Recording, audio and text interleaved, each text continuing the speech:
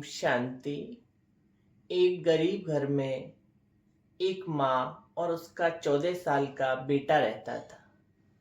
एक रात को बेटे ने अपनी माँ से कहा कि माँ, कल सुबह मुझे 2 रोटी बनाकर दे देना, एक मेरे लिए और एक धरती के लिए। यह बात एक चोर ने सुन ली। उसको बड़ी उत्सुकता हुई कि क्या सचमुच धरती भी रोटी खाती है। इस रहस्य को जानने के लिए वह उसके घर में छुप गया। सुबह बच्चा जब एक थैले में 2 रोटी डालकर खेत की तरफ चला तो चोर भी धीरे धीरे उसके पीछे पीछे हो चला।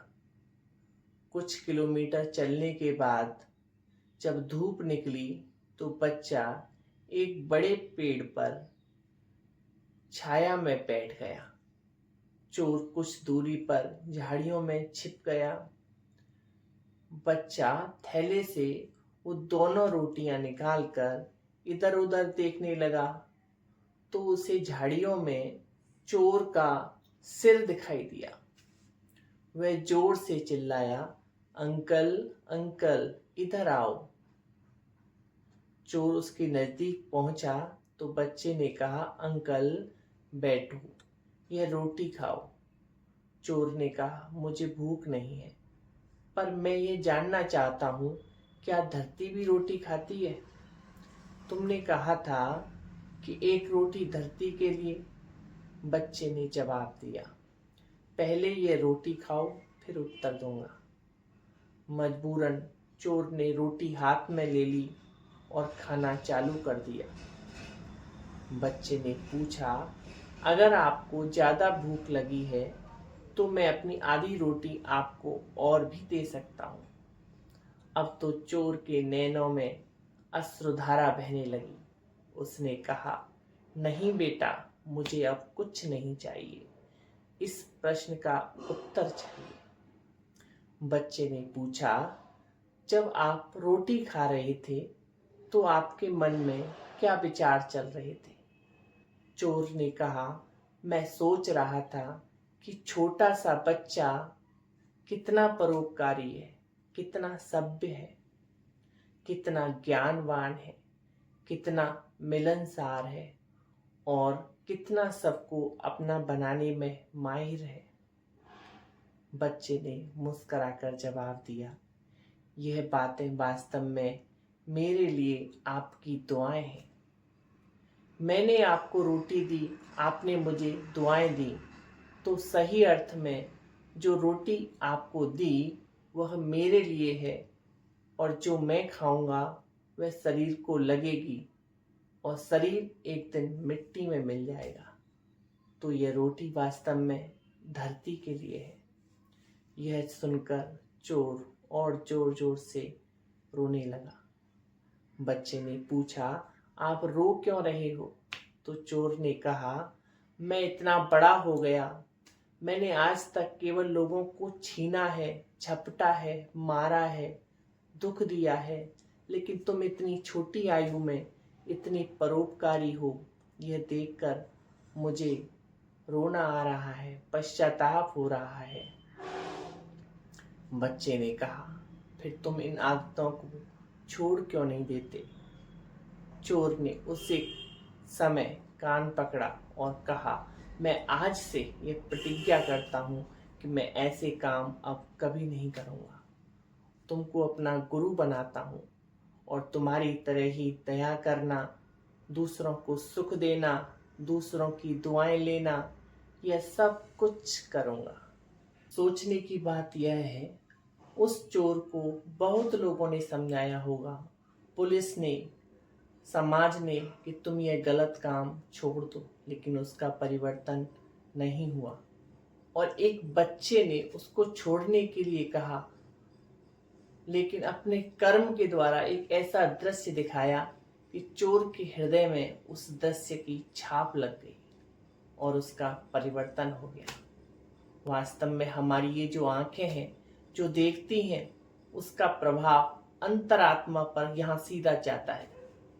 कानों से तो केवल 15% ही सूचनाएं अंदर जाती हैं, लेकिन आँखों से हम लगभग 85% बातें अंदर लेकर जाते हैं। आँखों देखा कभी भी भूल नहीं सकता और कानों सुना फिर भी भूल सकता है। हम किसी अच्छे कर्म को, महान कर्म को अपनी आँखों के सामने होते हुए देखते हैं तो उसे जीवन में उतारना सरल हो जाता है। केवल भाषणों में, प्रवचनों में अच्छी बातें सुनते हैं तो प्रभाव तो पड़ता है, लेकिन जीवन में वे उतनी सरलता से नहीं उतर पाती, क्योंकि उसकी छाप कम लगती है।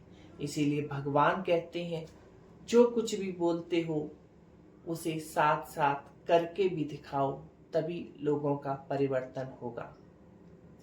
हम देखते हैं कि समाज में रेडियो से ज़्यादा प्रभाव टीवी का है। टेलीविज़न जो कुछ भी बोलता है साथ साथ करके भी दिखाता है। हम सब टेलीविज़न, मोबाइल या अन्य किसी माध्यम से दृश्य दिखाने वाली चीज़ों को ज़्यादा पसंद करते हैं। हम अपने जीवन में रेडियो जैसा केवल प्रवचनकर्ता नहीं बनना है, बल्कि टेलीविज़न जैसा बनकर रहना है। तभी हम लोगों को सकारात्मक परिवर्तन कर पाएंगे। ब्रह्मा बाबा के जीवन की सबसे बड़ी विशेषता थी कि वे जो कुछ भी कहते थे तुरंत करके दिखाते थे। जब हमारा श्रेष्ठ संकल्प कर्म में उतरता है तो वह कर्म न रहकर चरित्र बन जाता है, यादगार बन जाता है। इतिहास की यह एक बहुत महान घटना बन जाता है। उस घटना से फिर हमें आने वाली पीढ़ियां हमसे प्रेरित होती हैं। ब्रह्मा बाबा की तो दिनचर्या का कर्म ही चरित्र था, इसलिए बाबा के संपर्क में आने वाली हर आत्मा महानता को बहुत सहज रीति से जीवन में धारण कर पाई। उस समय जब कि संसार में नकारात्मकता की बाढ़ थी, फिर भी लोग ब्रह्मा बाबा के जीवन से इतने प्रेरित हुए कि उन्होंने जैसे कि अंधकार से अपने जीवन को एक प्रकाश का सूर्य बनाया। बाबा के जीवन की एक घटना याद आती है कि एक बार एक माता मुंबई से माउंट आबू आई हुई थी। उस दिन शाम को खीर बनी, जिसे देख उसने बच्चे की याद आई। दूसरे दिन मुरली क्लास के बाद उसने बाबा को बताया, बाबा कल रात खीर देखकर मुझे बच्चा बहुत याद आया, मैं बहुत रोई और खीर भी नहीं खाई। मेरा बच्चा छोटा है, मैं उसके बगैर नहीं रह सकती, इसलिए आप मुझे वापस जाना है। बाबा ने उसकी तरफ देखा और कहा, अच्छा बच्ची, भले जाओ। वहाँ खड़े लोग सोच रहे थे कि इसे बाबा के स्थान पर बच्चा याद आ रहा है। बाबा तो नष्टो मोआ रहने को कहते हैं। उस माता के जाने के बाद बाबा ने जो प्रतिक्रिया की, बाबा की वह प्रतिक्रिया ही बाबा का गुणगान है। वहाँ खड़े बच्चों को बाबा ने कहा, देखो ये बच्ची कितनी अच्छी है, कितनी साफ दिल है, सच्चे दिल पर साहब राजी। जैसे निराकार को सच्चाई अच्छी लगती है, वैसे साकार को भी हमेशा सच्चाई प्रिय लगती है, क्योंकि सच्चाई सफाई ही सच्ची पवित्रता है। अंदर में मोह आया तो उसने बाबा को बता दिया, बाबा मुझे मोह ने सताया, परंतु अच्छे अच्छे बच्चे अंदर मूझते रहते, रोते रहते, परंतु कभी बताते नहीं। इसकी कितनी अच्छी अवस्था है। इस प्रकार बाबा ने बच्चों को सिखाया कि कोई भी घटना घटती है तो उससे भी अच्छी बात को उठाओ, प्रेरणादायी बात को उठाओ, जिससे हमारी उन्नति हो। कई लोग कहते हैं कि हमारे तन में शक्ति नहीं है, इसलिए हम तन से सेवा नहीं कर सकते। कई कहते हैं हमारे पास धन नहीं है, इसलिए हम धन से सेवा नहीं कर सकते। कोई बात नहीं, हमारे पास तन की शक्ति नहीं है, धन की शक्ति नहीं है, लेकिन अगर हमारे कर्म और गुणों से ओतप्रोत हैं तो हम उन कर्मों द्वारा दूसरों की बहुत सेवा कर सकते हैं, दूसरों के जीवन को बहुत महान बना सकते हैं। कर्म तो हम सुबह से शाम तक करते ही हैं, लेकिन अपने कर्मों को चाहे देखना हो, चलना हो, बोलना हो, ऐसे गुणमूर्त बनाओ, ऐसे कलात्मक बनाओ कि इनके द्वारा लोगों को कोई ना कोई प्रेरणा मिले। हमारा व्यवहार ऐसा हो जो दूसरों के अंदर की गुत्थियां खोल दे, दूसरों के भीतर जमी हुई पुरानी मैल को, परतों को उखाड़ फेंके, दूसरों के मन में जो पूर्वाग्रह है उसकी जड़ें हिला दे। हमारे व्यवहार द्वारा किसी के मन का मैल बढ़े नहीं, लेकिन वह खत्म ही हो जाए। एक बार दो मित्रों में आपस में अनबन हो गई। दोनों इकट्ठे सुबह को सैर पर जाते हैं।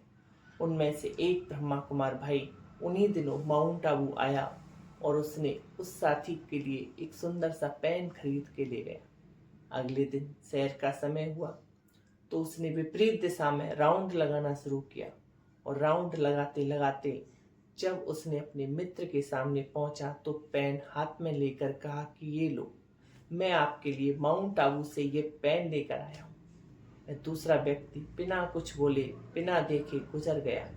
फिर अगले राउंड में जब फिर आमने सामने हुए तो उसने कहा ये स्पेशल पेन है, आपके लिए लाया हूँ। उसने कहा मेरे पास बहुत पेन है, मुझे नहीं चाहिए। लेकिन उसने हिम्मत नहीं हारी।